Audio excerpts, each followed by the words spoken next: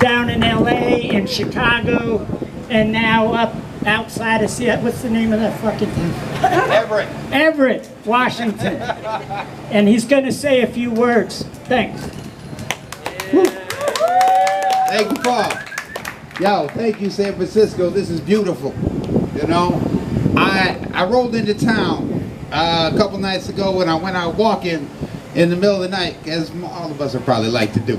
And I'm looking around, and the first thing that came to my head is, where the fuck is everybody? But then I walked down the street, and I saw the police cars sitting on the corner. And I saw no tents on the ground.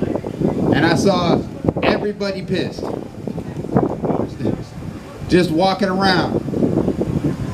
And where is everybody? It's the same place they are in Everett. It's the same place they are in Los Angeles. Same place in Chicago. Same place in Denver. We've been pushed out of our public commons. You know? Death to empire. Death to the empire.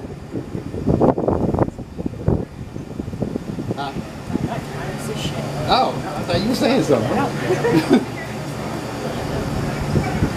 So what we came here to do to say is, I'm glad that Paul ran long, because I'm exhausted, and this place is beautiful, and I'm happy that y'all here. You know?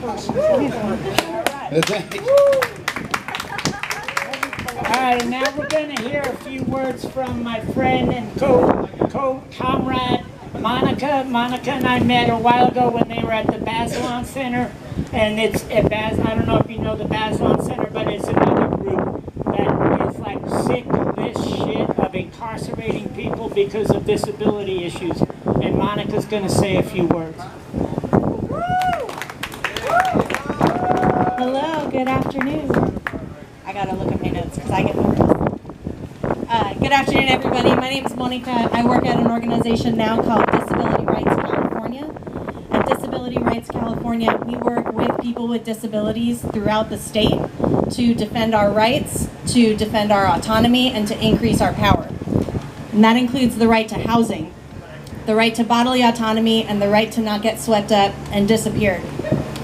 Woo! You don't need me to tell you right now that all of these rights are under attack. It's like every day the president's pulling apart at our laws, our institutions, and our society. And if you ask me, it's been a little easy for him to do all of that shit. It's pretty scary. His administration's vision for people who are unhoused, for people who have mental health disabilities, or who are at all vulnerable should terrify every single person in this country. And here in California, our governor likes to peacock like he's the opposite of Trump, but is he actually, though? Because when it comes to mental health and homelessness, they are the same. Last month, Trump put out an executive order to criminalize camping, to increase sweeps, and to bring the full force of law enforcement down on people who are outside. Death to empires. Governor Newsom had an executive order that said that same shit last year. Yes. And then last May, he put out a model ordinance spelling out for local jurisdictions exactly how he wanted them to do it. Trump's executive order also wants to maximize civil commitment, forced treatment, and institutionalizing people with disabilities. Here in California, we've had care courts for over a year. And the legislator in Sacramento still, this week, is considering even more bills to double down on this program that they know isn't working. They did a cost analysis of this care court program, and they found that in just 1 year, the cost of the care court was over $700,000 per person. You know what else they could do with that money?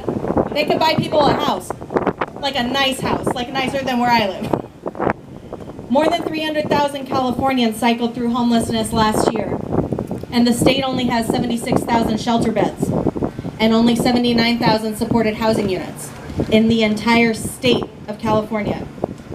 In the wealthiest state of the wealthiest country in the world, it is an intentional policy choice to force hundreds of thousands of Californians to live outside and then subject them to increasingly cruel and escalating attacks.